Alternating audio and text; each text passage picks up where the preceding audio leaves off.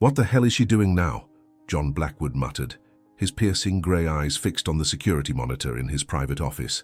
The camera showed Julia Martinez sitting on the floor of the children's playroom, completely ignoring the expensive therapy equipment his deceased wife had insisted on buying. Instead, the young nanny was singing to his paralyzed triplets. John's jaw clenched. He'd hired 17 nannies in the past 8 months since Elena's death, and they'd all been disasters. Professional women with degrees and references who treated his boys like medical cases rather than children. But this girl, this 22-year-old with no formal training who'd answered his desperate Craigslist ad, was different. Too different. "Emma, Tyler, Mason," Julia's voice carried clearly through the audio system. "You know what I think? I think your mama is watching you right now, probably laughing at my terrible singing voice." John's breath caught. No one had mentioned Elena to the boys since the funeral. His own mother had advised against it. "Let sleeping dogs lie," she'd said. But here was this stranger, this beautiful black woman with an infectious smile, talking about his dead wife like it was the most natural thing in the world. "You want to know a secret?" Julia whispered conspiratorially to the 3-year-old boys strapped into their wheelchairs. "I bet she's the one who sent me to take care of you. Mamas do that, you know. Even when they can't be here anymore, they make sure their babies are loved." Now would be a perfect time to pause and ask you wonderful viewers to hit that subscribe button if you're enjoying this story. I love reading your comments too. Please let me know where you're watching from today. Your support means everything to me. And don't forget to give this video a thumbs up. John found himself leaning forward, his coffee growing cold. Emma, who hadn't shown emotion in months, was actually looking at Julia. Really looking, not just staring blankly like she had with every other caregiver. "Now," Julia continued, pulling out what appeared to be a beaten-up acoustic guitar, "your mama probably had much better taste in music than I do, but I'm all you've got right now, so we're going to have to make do." She strummed a chord, completely off-key, and began singing an old Elvis song. "Love me tender, love me sweet." John almost smiled despite himself.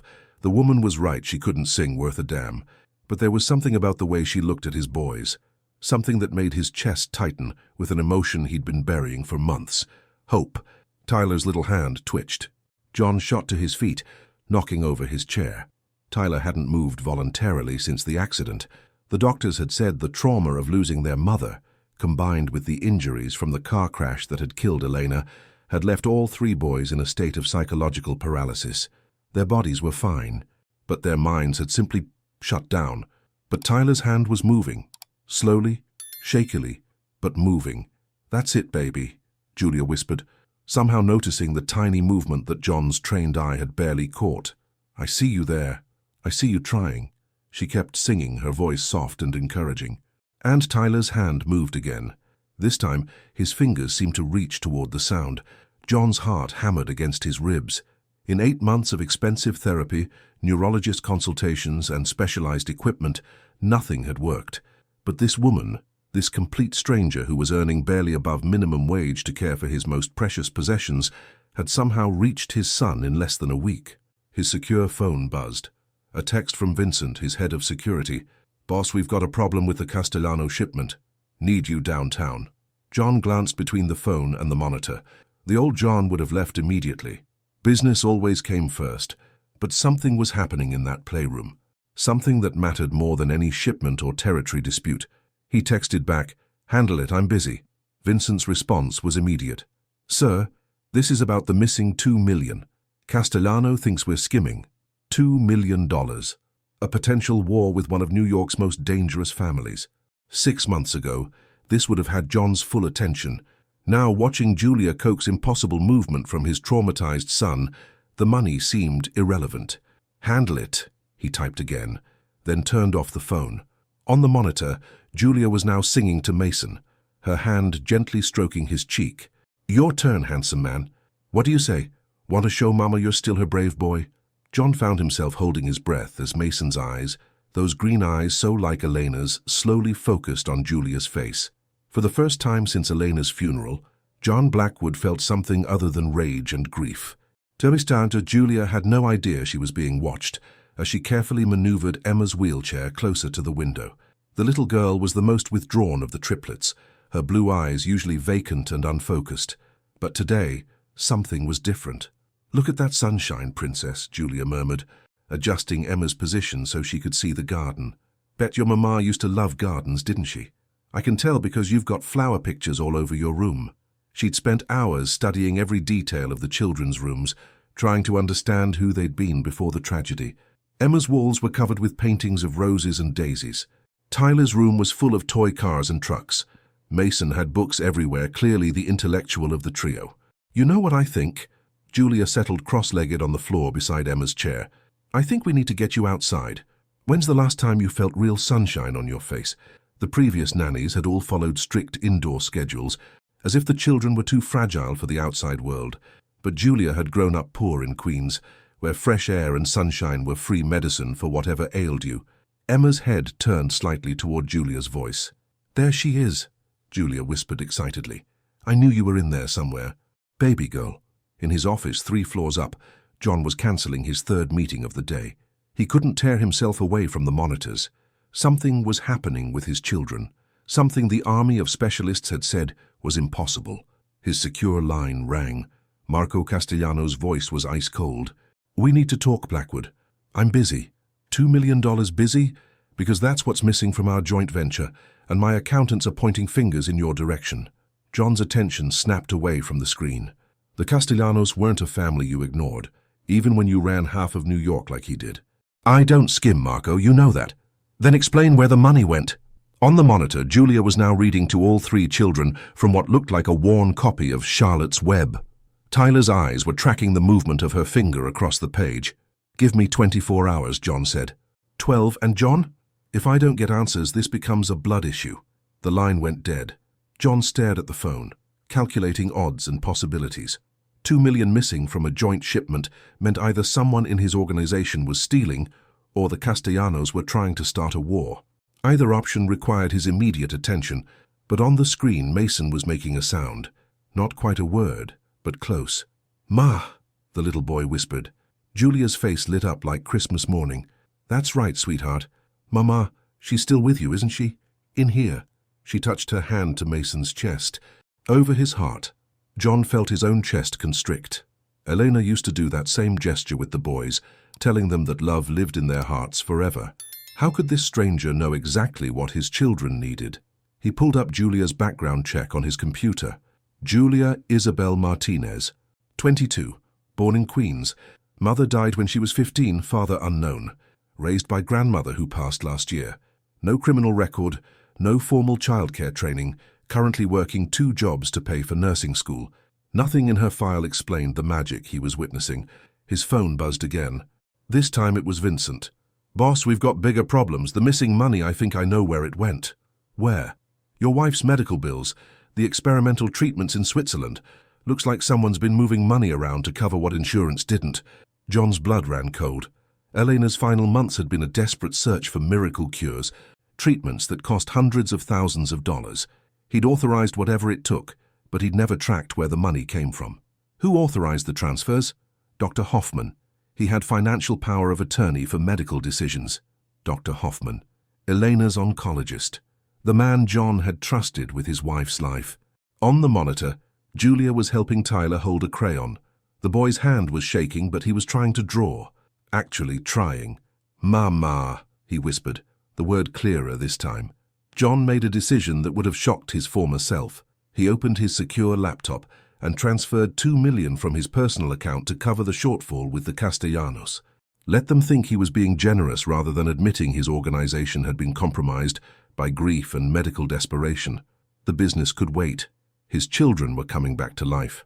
But as he watched Julia work her impossible magic, a darker thought crept in.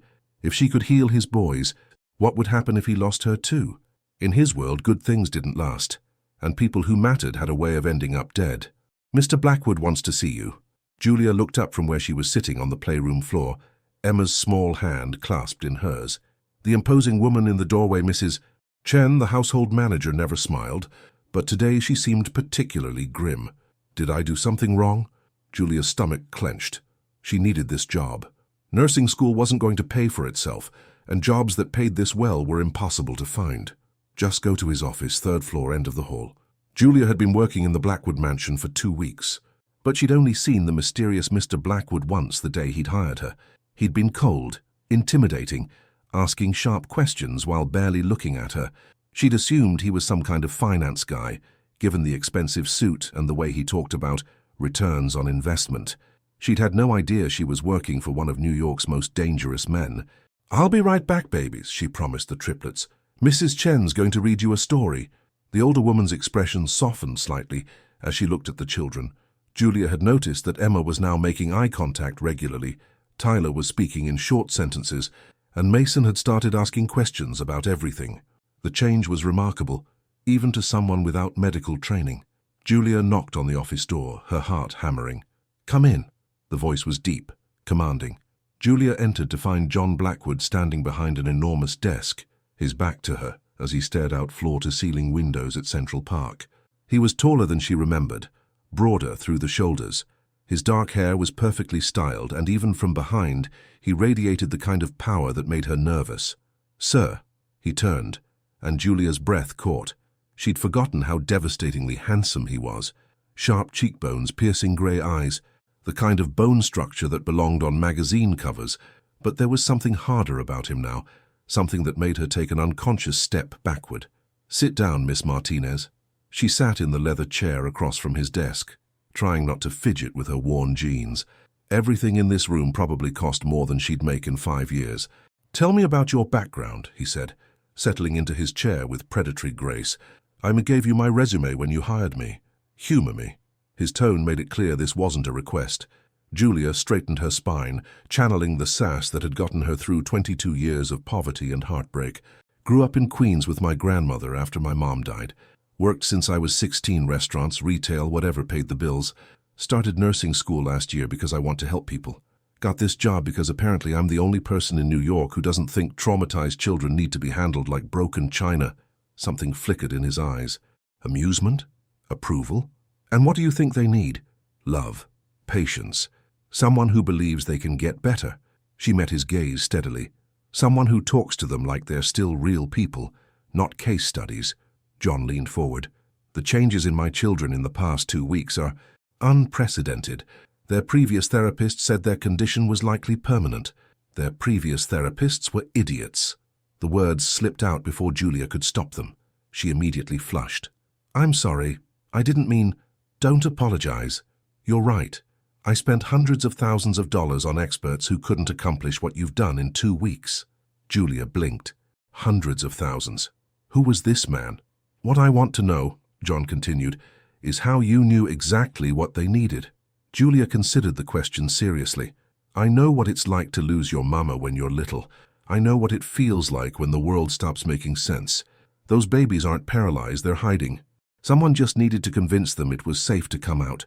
The silence stretched between them. John's expression was unreadable, but something in his eyes had shifted. "There will be changes to your employment terms," he said finally. Julia's heart sank. "You're firing me. I'm tripling your salary." "What?" Julia stared at him. "Why?" "Because what you're doing is working, because my children are healing, and because I want to make sure you don't have any reason to leave." The weight of his words hit her. This wasn't just about the money this man was trying to buy her loyalty. But why? What was he so afraid of? "I don't need bribes to take care of those children. Mr. Blackwood, they're amazing kids who've been through hell. I'm not going anywhere." Something in his expression cracked just for a moment. Vulnerability, maybe. Or surprise. "You might change your mind when you learn more about me." There was something ominous in his tone, a warning she didn't understand. "What do you mean?" "Research my name, Miss Martinez.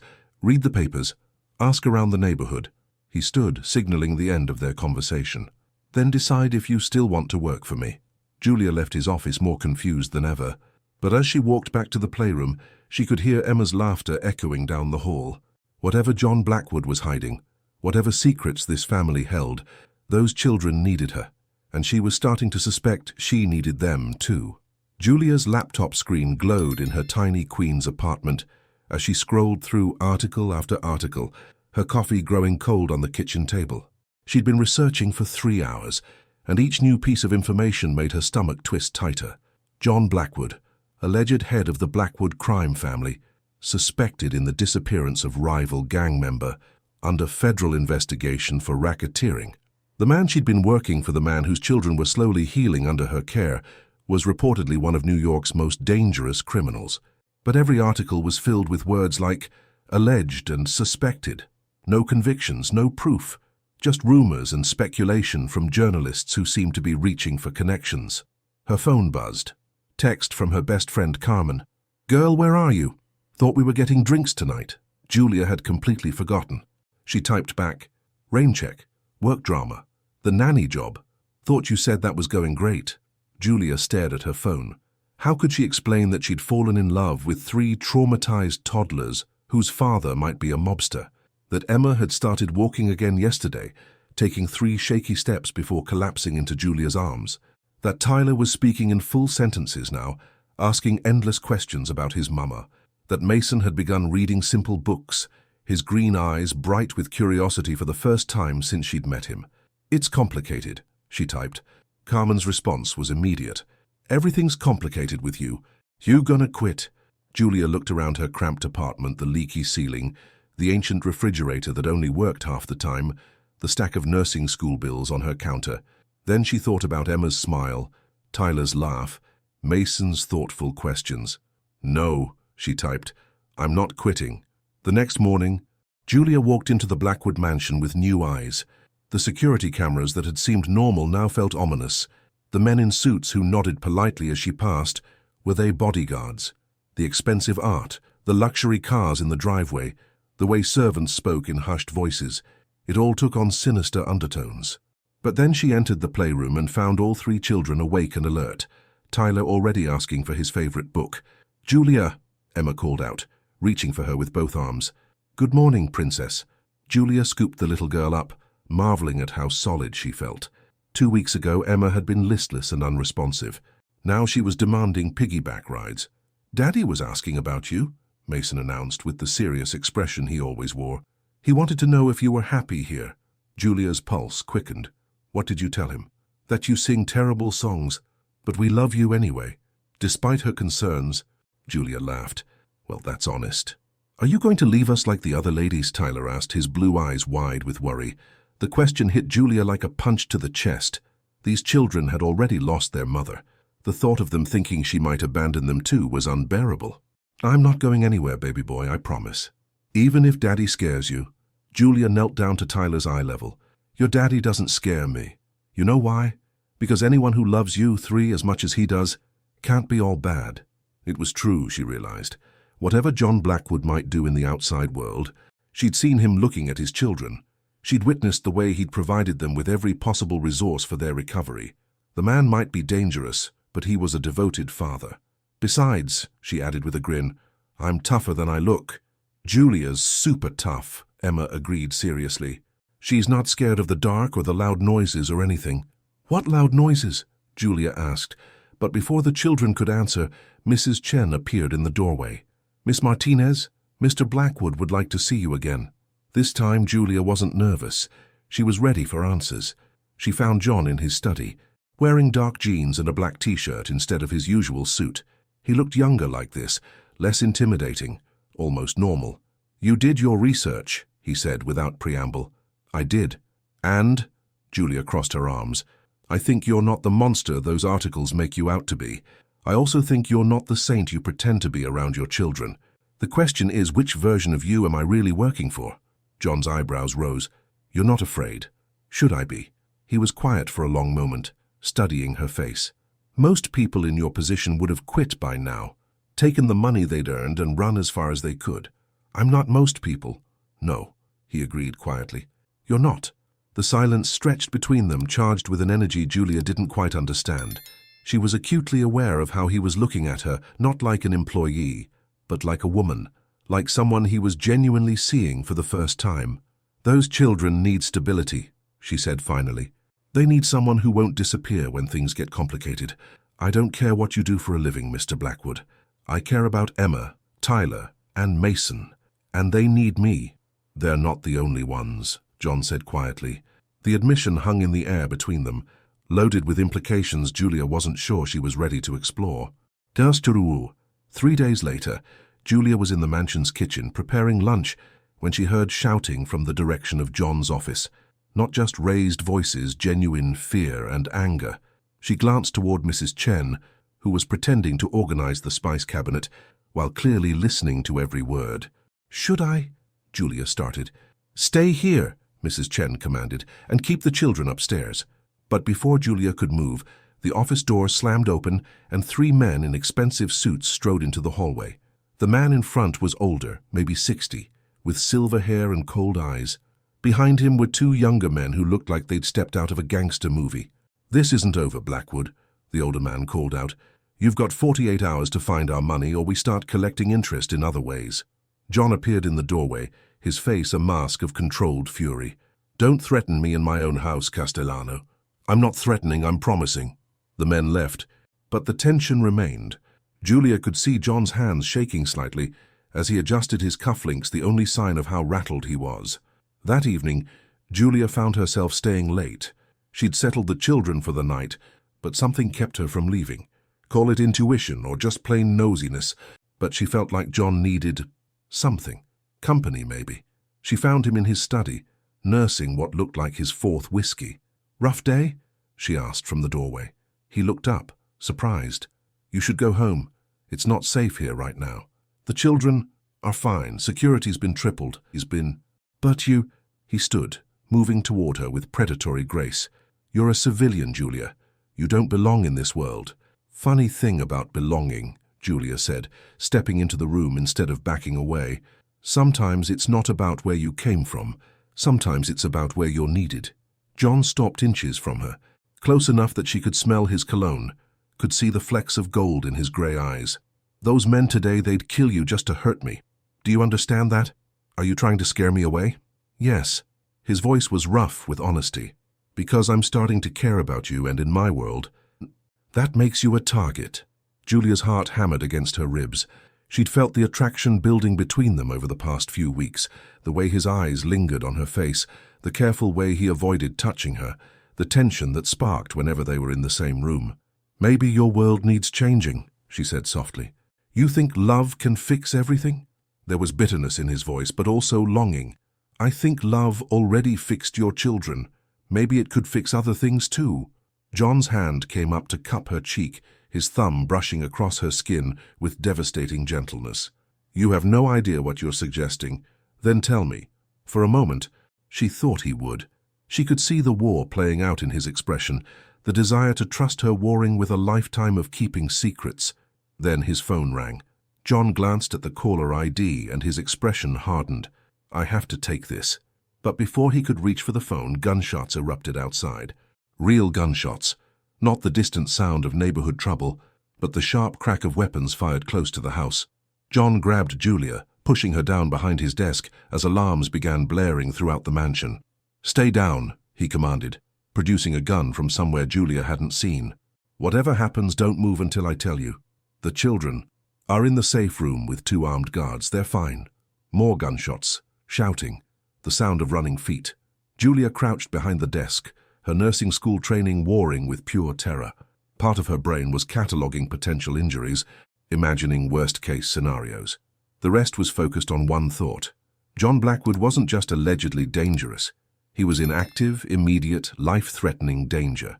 And somehow, in the space of 5 weeks, she'd fallen completely, irrevocably in love with him. Mafia Millionaire put cameras to watch his paralyzed triplets what he saw. Nanny surprised him. Chapters 6 to 12. The gunfire stopped as abruptly as it had begun, leaving an eerie silence broken only by the mansion's security alarms. Julia remained crouched behind John's desk, her heart hammering as she listened to his clipped voice giving orders into his phone. "Perimeter secured, sir," came Vincent's voice through the intercom. 3 shooters all down, no casualties on our side." John holstered his weapon, his movements efficient and practiced. This wasn't his first firefight, Julia realized with a chill. "The children?" he demanded. "Safe. Mrs. Chen's with them in the panic room." Only then did some of the tension leave John's shoulders. He turned to Julia, who was slowly emerging from behind the desk, her legs shaking. "Are you hurt?" Julia shook her head, though she wasn't entirely sure. Adrenaline had a way of masking pain. "What just happened?" "The Castellanos sent a message." John's voice was ice cold. "They're tired of waiting for their money." "Money you don't actually owe them," Julia said. remembering fragments of the phone conversations she'd overheard. John's eyes sharpened. "What makes you say that?" "I'm not stupid, John. Your wife died 8 months ago after expensive medical treatments. Money went missing right around that time. It doesn't take a genius to connect the dots." For a moment, John just stared at her. Then, unexpectedly, he smiled. "Eleanor always said I'd meet my match someday. I don't think she expected it to be a sassy nanny from Queens. Your wife sounds like she was a smart woman." "She was." Pain flickered across his features. "She would have loved you, the way you are with the children. It's exactly what she would have wanted for them." The moment hung between them, heavy with implications. Then John's expression hardened again. "This doesn't change anything, Julia. Tonight proved how dangerous my world is. You should quit. Take a generous severance and disappear somewhere safe. And leave those kids right when they're starting to heal." Julia planted her hands on her hips, channeling every ounce of Queen's attitude she possessed. "Not happening. You could die. I could get hit by a bus tomorrow. Life doesn't come with guarantees, John. Don't be flippant about this." "I'm not being flippant. I'm being realistic." Julia moved closer, close enough to see the exhaustion lines around his eyes. "Those children have lost enough. They're not losing me, too. And what about what I could lose?" The words escaped him like a confession. "I can't watch another woman I care about die because of my choices." The admission hung in the air between them. Julia felt her breath catch. "Then maybe it's time to make better choices."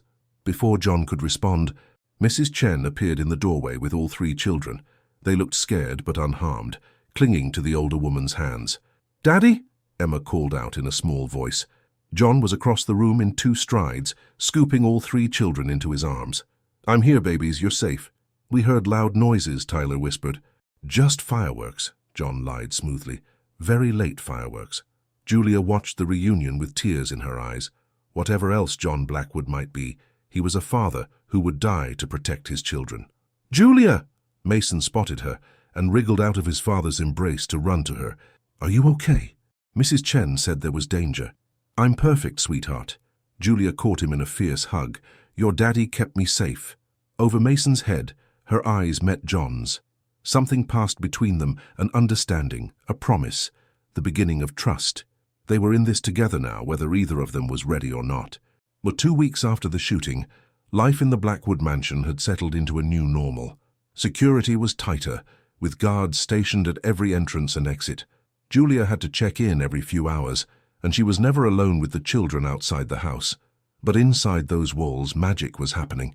"Daddy, watch!" Emma called out from across the playroom. She took 10 steady steps before stumbling slightly, but instead of falling, she caught herself and kept walking. John, who was working at his laptop in the corner, immediately closed it and gave Emma his full attention. Incredible. "Princess, soon you'll be running marathons." "What's a marathon?" Tyler asked, looking up from the puzzle he was working on. His fine motor skills had improved dramatically, and he could now handle pieces that would have been impossible a month ago. "A very long race," Mason answered before his father could speak. 26.2 miles, I read about it in one of my books." Julia grinned. Mason had become a voracious reader, devouring everything from picture books to elementary encyclopedias. His curiosity about the world seemed boundless. "Maybe we should start with a walk around the block," Julia suggested. "No." John's response was immediate and sharp. "Not until the Castellano situation is resolved." "When will that be?" Julia asked, trying to keep her tone light for the children's sake. "Soon." But John's expression suggested it might not be that simple. That evening, after the children were in bed, Julia found John in the library. He was staring at a chessboard, though he didn't seem to be actually playing. "Rough day?" she asked, settling into the chair across from him. "Marco Castellano was found dead this morning." Julia's blood chilled. "Did you?" "No." John met her eyes. "But someone did. And they want it to look like I was responsible. I'm being framed for murdering the head of a rival family." The implications hit Julia like a truck. "The FBI are already asking questions. My lawyer expects federal agents at the door within 48 hours. What does that mean for the children?" John's jaw tightened. "If I'm arrested, they'll go into the system. Foster care. They'll be split up, placed with strangers who don't understand their needs." "Over my dead body," Julia said fiercely. John's expression softened slightly. "Julia, if I go down for this, you need to distance yourself. Don't get dragged into my mess. We've had this conversation. I'm not going anywhere." Even if it means prison, because that's where this is heading if I can't prove my innocence. Julia studied his face, noting the exhaustion, the fear he was trying to hide. Tell me about your wife. The subject change clearly surprised him. What? Elena, you never talk about her. Never. But I see her everywhere in this house. Her pictures, her books, the children's rooms she designed. What was she like? John was quiet for so long Julia thought he wouldn't answer. Finally he spoke, his voice soft with memory. She was light, sunshine in human form. She saw the good in everyone, including me. When I met her, I was already deep in the family business. She knew what I was, but she believed I could be better. What happened to her? Ovarian cancer. Aggressive, fast-moving. We tried everything, experimental treatments, specialists in Europe, clinical trials. Nothing worked. His hands clenched into fists. I spent over $3 million trying to save her, and in the end she died anyway. I'm sorry.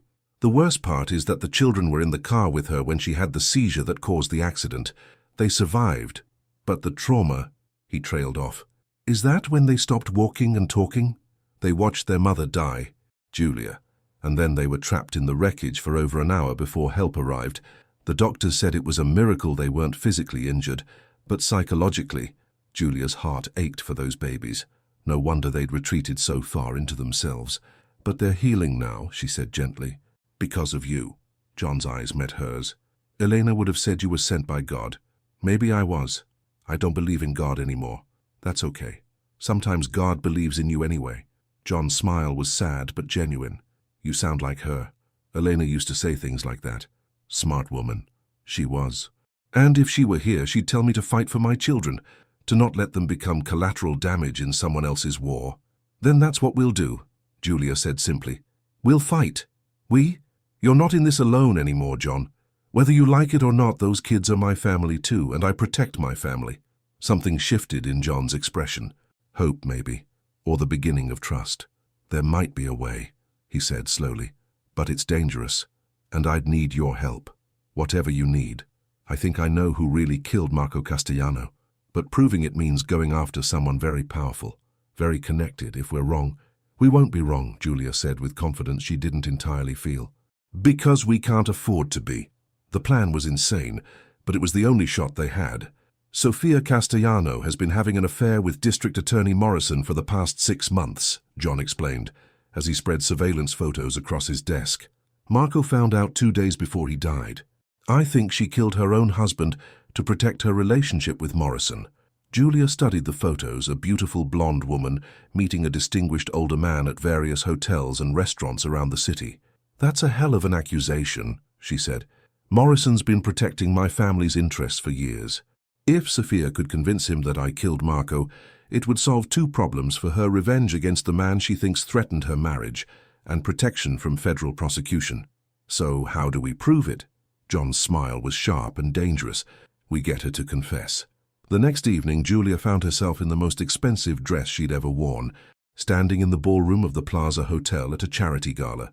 The dress was black silk that hugged her curves perfectly, and John had insisted on jewelry that probably cost more than her college tuition. You look beautiful, he murmured as they entered the crowded room. I feel like I'm wearing someone else's life. Tonight, you are. Remember, we're recently engaged. You're madly in love with me despite my reputation. Play the part. Julia nearly choked. Engaged? It's the perfect cover. Sofia will want to know everything about the woman who captured the heart of New York's most eligible criminal. Before Julia could protest, Sofia Castellano approached them. She was even more stunning in person, with platinum blonde hair and ice-blue eyes that missed nothing. John, she purred, air-kissing his cheeks. How lovely to see you here. I was so sorry to hear about your recent troubles. Sofia, John's voice was carefully neutral. Allow me to introduce my fiancée, Julia Martinez. Sofia's gaze swept over Julia with barely concealed disdain. Charming. How did you 2 meet? She's my children's nanny, John said, his arm tightening possessively around Julia's waist. How romantic. Sofia's tone suggested she found it anything but. I suppose you know about his work. Julia felt the weight of the moment.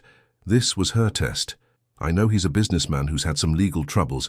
I also know he's an amazing father who would do anything for his children. How refreshingly naive. The insult was delivered with a smile, but Julia felt its sting. She channeled her inner queen's attitude and smiled back sweetly. I prefer optimistic. John's shown me that people can change when they have something worth changing for. And what about when they have something worth killing for? Sophia's voice dropped to barely above a whisper. Julia's pulse jumped, but she kept her expression innocent. I'm sorry? Oh, my dear, you really don't know, do you? Your fiancé's a murderer. He killed my husband in cold blood 3 weeks ago. That's impossible, Julia said, letting genuine conviction color her words.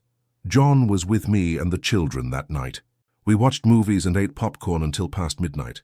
It was true John had been home that night, though Julia hadn't mentioned it to anyone before now. Sophia's confident expression faltered slightly. You're mistaken about the date. No, I'm not. It was a Tuesday. Tyler had a nightmare, and John spent an hour reading to him. I remember because it was the first time I'd seen Tyler really calm down with his father. You're lying to protect him. I'm telling the truth to protect the children. 3 kids who've already lost their mother don't deserve to lose their father to false accusations. Sophia's mask slipped entirely, revealing fury and desperation beneath. You have no idea what kind of man you're defending. I know exactly what kind of man I'm defending. The kind who cried when his son spoke his first word in months. The kind who hasn't slept through the night since his wife died because he checks on his children every few hours. The kind who would never risk orphaning his kids by committing murder. Touching, Sophia said coldly, but irrelevant. John Blackwood is going down for Marco's death, and there's nothing you or anyone else can do to stop it. Why are you so sure? Because I have friends in very high places. Friends who owe me favors. Julia felt a chill of excitement. They were getting close to something. Must be nice to have that kind of influence. It is, especially when your husband was too stupid to appreciate what he had. The admission hung in the air between them. Julia pressed her advantage. Marco didn't deserve you. No, he didn't. He thought he could control me, threaten me, expose my private life to maintain his own power. He had no idea who he was dealing with. What did you do? Sophia's eyes glittered with malice. I showed him exactly what happens to men who underestimate me. It wasn't a full confession, but it was close. Julia glanced around, hoping John was getting this on the recording device he'd hidden in her purse. You killed him, Julia whispered. I liberated myself, Sophia corrected. And now I'm going to watch John Blackwood pay for my liberation. The FBI will do exactly what they're told by the DA's office. My relationship with Morrison is very persuasive. There it was, the full confession tied to corruption in the DA's office. Julia smiled, genuine this time. You're right about one thing, Sophia.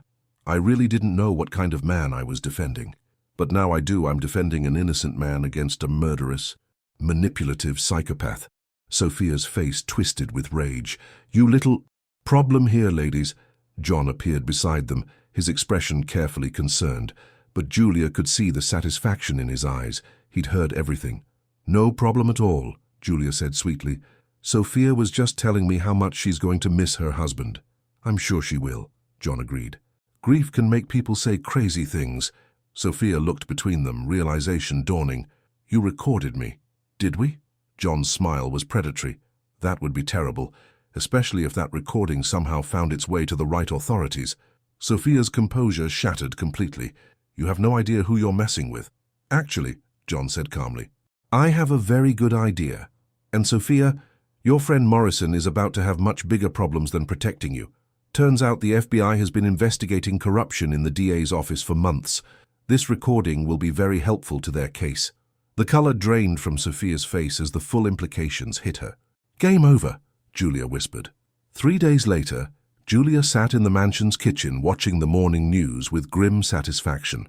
Sofia Castellano had been arrested on charges of first-degree murder, and D.A. Morrison was under federal investigation for corruption. The charges against John had been quietly dropped. Mama Julia, why are you smiling at the TV? Emma asked, climbing onto her lap. Just happy about something, princess. Julia hugged the little girl close. Emma had started calling her Mama Julia the week before, and each time it made Julia's heart skip. Is Daddy happy too? I think so. Why don't you ask him? John entered the kitchen at that moment, looking more relaxed than Julia had seen him in weeks. He was wearing jeans and a simple blue shirt, and for once he looked like a normal father instead of a crime boss. Ask me what? He said, swooping in to plant a kiss on Emma's forehead. If you're happy, Emma explained seriously. I'm very happy, John confirmed, his eyes meeting Julia's over Emma's head. Happier than I've been in a long time. Good. Tyler said you were worried about bad people, but now they're gone, right? John's expression softened. That's right, sweetheart. The bad people are gone. So we can go to the park now? Julia and John exchanged glances. The children had been asking about going to the park for weeks, but security concerns had made it impossible. Maybe this weekend, John said carefully. Really? Emma's face lit up like Christmas morning.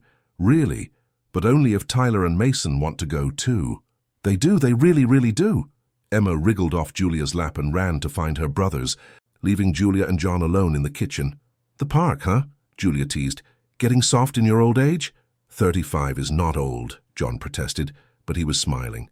And maybe I am getting soft. You and the kids have that effect on me. Good. Those babies need softness in their lives. John moved closer, until he was standing directly in front of her chair. What about you? What do you need in your life? The question was loaded with meaning. Julia could feel the shift between them, the way the air seemed to crackle with possibility. I need... She looked up at him, taking in his grey eyes, the strong line of his jaw, the way he was looking at her like she was precious. I need to know that this is real, that you're not just grateful because I helped save your family. Julia. John's hands came up to frame her face. What I feel for you has nothing to do with gratitude. What does it have to do with? The way you laugh at my terrible jokes, the way you sing off-key to the children and don't care who hears you, the way you're not afraid of me even when you probably should be. Julia's breath caught. John, the way you love my children like they're your own, the way you made this house feel like a home again, the way you look at me like I'm worth saving. You are worth saving. Then save me, he whispered, leaning closer, because I'm drowning without you. This time, when he kissed her, it wasn't desperate or stolen. It was a promise, a beginning, the kiss of a man who'd found his way out of the darkness. When they finally broke apart, Julia was breathless. I love you, she whispered. I love you too. John's smile was radiant, more than I ever thought possible. Phew! Tyler's voice interrupted them from the doorway. Daddy's kissing Julia. Kissing is gross, Mason agreed, though he was grinning. I think it's nice, Emma said diplomatically. Mama used to kiss Daddy all the time. The mention of Elena should have been awkward, but instead it felt like a blessing, like their love had her approval. Your mama had excellent taste, Julia told Emma. Your daddy is definitely worth kissing. Are you going to marry him? Tyler asked, with the bluntness of a 3-year-old. Julia and John looked at each other, both laughing at the directness of the question. Would you like that? John asked his son. Yes, then Julia would be our real mama. I'm already your real mama in all the ways that matter, Julia said, gathering Tyler into her arms. Marriage is just a piece of paper. But it's a nice piece of paper, John said softly. If you want it. Julia's heart stopped. Restarted, soared. Is that a proposal? Would you say yes if it was? Try me and find out. John grinned, pulling a small velvet box from his pocket. I've been carrying this around for a week, waiting for the right moment. In the kitchen with 3 sticky children watching is the right moment. Every moment with you is the right moment. He dropped to one knee, opening the box to reveal a stunning emerald surrounded by diamonds. Julia Martinez, will you marry me? Will you be my wife, my partner, my everything? Will you help me raise these incredible kids and maybe give them some brothers and sisters? Will you put up with my terrible past and help me build a better future? Julia looked around at the children's expectant faces, at this man who'd gone from intimidating stranger to the love of her life in just 2 months, at the home they'd built together from broken pieces. Yes, she whispered, to all of it. Yes. The children erupted in cheers as John slipped the ring onto her finger. It fit perfectly, of course, just like everything else about this unexpected life. Best family ever, Emma declared, and for once Julia couldn't argue with that assessment. 6 months later, Julia stood in front of the bathroom mirror at 5:30 a.m., staring at the pregnancy test in her hands. 2 pink lines stared back at her, clear as day. Pregnant. She and John had talked about having children together, but they'd agreed to wait until after the wedding, which was scheduled for the spring. Apparently their bodies had other plans. Julia? John's voice came from the bedroom. Everything okay? She took a deep breath and opened the bathroom door. John was sitting on the edge of the bed, his hair messy from sleep, concern written across his features. I'm pregnant, she said simply. John went completely still. For a moment that stretched like eternity. He just stared at her. "You're—" He stood slowly. "Are you sure?" Julia held up the test. "Pretty sure. How do you feel about it?" "Terrified. Excited. Happy. Scared. All of the above." She studied his face, trying to read his expression. "How do you feel about it?" Instead of answering, John crossed the room and swept her into his arms, spinning her around until she was breathless and laughing. "I feel like the luckiest man alive," he said, setting her down gently. "A baby, our baby. Are you sure you're ready for this? 4 kids is a lot. With you, I'm ready for anything." John's hands settled on her still flat stomach. "Besides, the triplets are going to be amazing big brothers and sister." As if summoned by their conversation, small feet came pounding down the hallway. Emma burst through the bedroom door without knocking, followed closely by Tyler and Mason. "Daddy! Julia!" Emma called out. "Mrs. Chen is making pancakes and she said we could have chocolate chips." "That's wonderful, Princess," John said, but his eyes remained on Julia's face. "Why do you both look funny?" Mason asked with his usual perception. Julia and John exchanged glances. They'd planned to wait a few weeks before telling the children, but keeping secrets from 3 observant preschoolers was nearly impossible. "We have some news," Julia said, sitting down on the bed so she was at their eye level. "Remember how we talked about how families can grow in different ways? Like when you came to live with us," Tyler said sagely. "Exactly like that. Well, our family is going to grow again." "Another nanny?" Emma asked, confused. "No, sweetheart. A baby. You're going to have a little brother or sister." The children's reactions were immediate and varied. Emma squealed with delight. Tyler looked concerned. Mason tilted his head thoughtfully. "Where will the baby come from?" Mason asked. "From here." Julia pointed to her stomach. "The baby is growing inside me right now, but it's very tiny. It won't be ready to come out and meet you for several months. Like a seed growing into a flower," Emma said, remembering a lesson from their garden exploration. "Exactly like that." Tyler's brow was furrowed with worry. "Will you still love us when the new baby comes?" Julia's heart clenched. Of course he would worry about being replaced. These children had lost so much already. "Oh, sweetheart," she pulled him into her arms. "Love isn't like pie, where if you give someone a piece, there's less for everyone else. Love is like a magic that grows bigger every time you share it. I will always, always love you 3, just as much as I do right now. You're my first babies, and nothing will ever change that." "Will the baby look like you or like Daddy?" Emma asked. "We don't know yet. Maybe a little of both." "Will it remember our first mama?" Tyler asked quietly. John knelt down beside Julia, his voice gentle. "The baby won't remember Mama Elena the way you do, because they never got to meet her. But we'll tell the baby all about her, just like we tell you stories about her. And we'll make sure the baby knows that Mama Elena loved our family so much that she would have loved them too." "Can we help take care of the baby?" Mason asked. "You'll be the best big brothers and sister in the world," Julia assured them. "I'm going to teach the baby to read," Mason declared. "I'm going to teach it to walk," Emma added. "I'm going to teach it about cars," Tyler chimed in. John laughed. "This baby is going to be very smart with teachers like you." Later that evening, after the children were in bed, Julia and John sat on the terrace overlooking the city. Julia had her feet in John's lap as he rubbed them, a routine that had developed over the months of their relationship. "Thank you," John said quietly. "For what?" "For giving me everything I didn't know I needed. A partner, a real family, hope for the future. You give me those things too, you know. Even when I was a complete disaster. Especially when you were a complete disaster.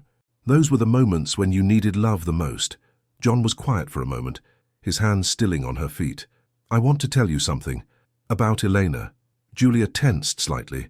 John rarely talked about his first wife, and she'd learned not to push. "Before she died, when she knew the cancer was winning, she made me promise her something. She said that if she didn't make it, I had to find someone else. Someone who would love the children like her own. Someone who would make me happy again." Julia felt tears prick her eyes. "I told her she was crazy, that there was no way I'd ever love anyone the way I loved her. And you know what she said?" "What?" "She said, 'You won't love her the way you love me. You'll love her the way you love her. And that will be exactly what you both need.'" Julia was crying now, quiet tears that she didn't bother to wipe away. "She was right," John continued. "What we have is different from what Elena and I had. But it's exactly what we both needed. She would be so happy that you're here, that the kids are thriving, that we're having a baby together. I love you, Julia whispered. I love you too. More than yesterday. Less than tomorrow. That's from a song. Elena used to sing it to the triplets. Now you can sing it to our baby. They sat in comfortable silence, watching the city lights twinkle below them. Somewhere in the house, Mrs. Chen was probably preparing bottles for the morning. The security team was making their rounds. The children were sleeping safely in their beds. It was a good life. A complicated, sometimes dangerous but undeniably good life. And it was just beginning. The wedding took place in the mansion's garden on a perfect April afternoon, with cherry blossoms in full bloom and 3 very excited flower children. Emma took her job as flower girl extremely seriously, creating elaborate patterns with rose petals while Tyler and Mason served as ring bearers, each carrying a pillow with carefully tied rings. Julia's grandmother's dress had been altered to accommodate her growing belly. She was 5 months pregnant and glowing with happiness. John looked devastatingly handsome in his black tuxedo, but it was the expression on his face as she walked down the aisle that took Julia's breath away. Pure love, pure joy, the look of a man who'd found his way home. Dearly beloved, the minister began, but Emma interrupted. Are we the dearly beloved? Laughter rippled through the small gathering of family and close friends. Julia had insisted on keeping the ceremony intimate, just the people who truly mattered. Yes, Princess, we're all dearly beloved, John confirmed, earning more chuckles. The rest of the ceremony passed in a blur of vows, rings, and happy tears. When the minister pronounced them husband and wife, the children cheered louder than anyone. You may kiss the bride, the minister announced. Finally, Tyler declared. This took forever. John and Julia's kiss was soft and sweet, full of promise for the future they were building together. Ladies and gentlemen, Mr. and Mrs. John Blackwood. As rice and flower petals rained down on them, Julia realized that her life had become something she never could have imagined. A year ago, she'd been a struggling nursing student with 2 part-time jobs and an uncertain future. Now she was married to a man she adored, mother to 3 incredible children, and carrying a baby who was already loved beyond measure. The reception was held in the mansion's ballroom, which had been transformed with thousands of white flowers and twinkling lights. Julia's nursing school friends mingled awkwardly with John's business associates, but the children's joy was infectious enough to bridge any social gaps. Mama Julia, Emma said, tugging on Julia's dress. When will the new baby come out? Not for a few more months, sweetheart. Can I feel it moving? Julia guided Emma's small hand to her belly, where the baby had been particularly active all day. Almost immediately there was a strong kick. Oh, Emma's eyes went wide. It's saying hello. I think you're right, Julia laughed. Tyler and Mason crowded around, each wanting a turn to feel their future sibling. John watched from across the room, his expression soft with love. They're going to be amazing, said a voice beside her. Julia turned to find Vincent, John's head of security, looking unusually emotional. The children? All of them, including the new one. Vincent smiled. I've worked for Mr. Blackwood for 8 years, and I've never seen him this happy. You've given him his life back. He gave me mine too. Those kids, when Mrs. Elena died, we thought we'd lost them forever. They were like little ghosts, but you brought them back to us. You brought all of us back. Julia felt tears threatening. Vincent, I'm not good with words, Mrs. Blackwood, but I want you to know that you have a family here. All of us, the staff, the security team, we'd do anything for you and those children. You're not just the boss's wife. You're family. Before Julia could respond, John appeared at her side. Sorry to interrupt, but I need to steal my wife for a dance. Your wife, Julia repeated, liking the sound of it. My wife, John confirmed, leading her onto the dance floor. How are you feeling, Mrs. Blackwood? Perfect. Tired, but perfect. The baby's not giving you too much trouble? Just practicing for soccer, I think. She winced slightly as another strong kick connected with her ribs. John's hand joined hers on her belly, and immediately the movement calmed. Already knows Daddy's voice, he murmured. Already wrapped around Daddy's finger, more like it. They swayed together to the soft music, surrounded by family and friends, but lost in their own world. Any regrets? John asked quietly. About what? This life, the complications, the fact that you're now married to a man with a very questionable past. Julia considered the question seriously. Do you know what I was doing a year ago tonight? Working at the diner? Working a double shift at the diner? Then going home to my tiny apartment with the leaky ceiling? eating ramen noodles for dinner, and falling asleep over my anatomy textbooks. I was completely alone in the world, John. No family, no real friends, no idea what my future looked like. And now I have 3 children who call me Mama, a husband who loves me, a baby on the way, and more family than I know what to do with. She looked around the room, taking in Mrs. Chen wiping away happy tears, Vincent teaching Tyler how to tie a proper knot, Emma dancing with one of the security guards. No regrets, not a single one. Even when I'm moody and overprotective and sometimes completely impossible to live with. Especially then. Besides, I'm about to be extremely hormonal and impossible to live with myself. We'll be even. John laughed, the sound rich and warm. I love you, Julia Blackwood. I love you too, John Blackwood. Forever and always. As they continued dancing, Julia caught sight of the children sitting at their special table, watching their parents with obvious delight. Tyler was explaining something to Mason with animated hand gestures, while Emma was carefully arranging her flower petals in neat rows. Her children, her husband, her family. It had all started with 3 paralyzed babies and a desperate father willing to try anything to heal them. Now, here they were, whole and happy and completely in love with life. Sometimes the most beautiful stories began with the most broken pieces. 1 year later, Julia stood in the nursery doorway watching John change baby Sophia's diaper while simultaneously reading Goodnight Moon to her. Their daughter was 6 months old, with John's grey eyes and Julia's dark hair, and she was absolutely perfect in every way. Moon, moon, moon, Sophia babbled, reaching chubby hands toward the book. That's right, Princess Moon. John's voice was soft with wonder. Even after 6 months, he still seemed amazed that this perfect little person was half his. Daddy's getting soft, Emma announced from behind Julia. At 4 years old, she was the self-appointed big sister and took her responsibilities very seriously. We all are, Julia agreed, watching Tyler and Mason build an elaborate block castle on the nursery floor. And I wouldn't change a thing about it. The past year had brought more changes than Julia could have imagined. John had gradually stepped back from the more dangerous aspects of his business, focusing instead on legitimate enterprises and spending time with his growing family. He was still powerful, still connected, but he was also completely devoted to domestic life in a way that amused everyone who knew him. Julia, Mrs. Chen appeared in the hallway. There's someone here to see you. Who? Carmen Rodriguez. She says she's your best friend and she's not leaving until she meets the baby.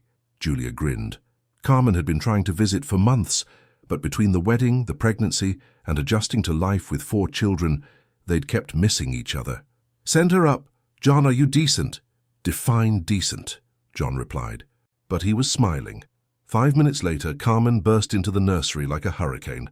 Oh my God, Julia, this place is like a freaking palace, and you... She stopped short when she saw John holding the baby. Holy hell, your husband is even better looking in person. Carmen, Julia laughed, hugging her friend tightly. Language. Sorry, but seriously, girl, you hit the jackpot.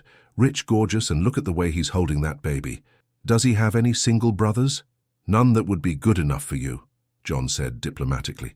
Carmen grinned. I like him. He's funny. He's... Can I hold my goddaughter now? You're not her godmother, Julia protested. I am now. I called dibs.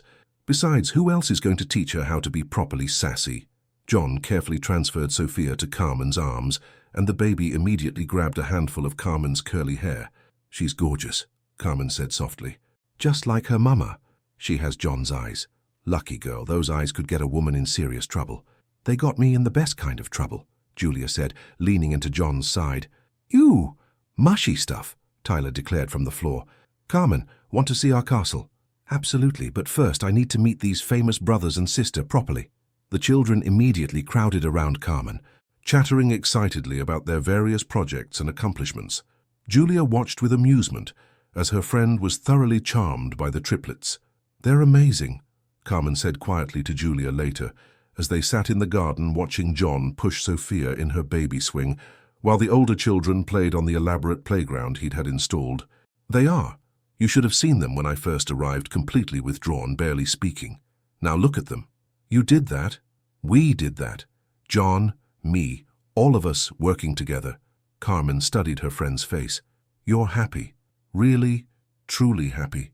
I am. More than I ever thought possible. Good. Because you deserve it. You've spent your whole life taking care of everyone else, your grandmother, random customers at the diner, those kids. It's about time someone took care of you. John takes excellent care of me. Sometimes too much. He still tries to carry me up the stairs like I'm made of glass. Smart man. I like him better already. Carmen? Yeah? Thank you for believing in me when I didn't believe in myself, for pushing me to take chances, for being there when everything fell apart. I couldn't have done any of this without you.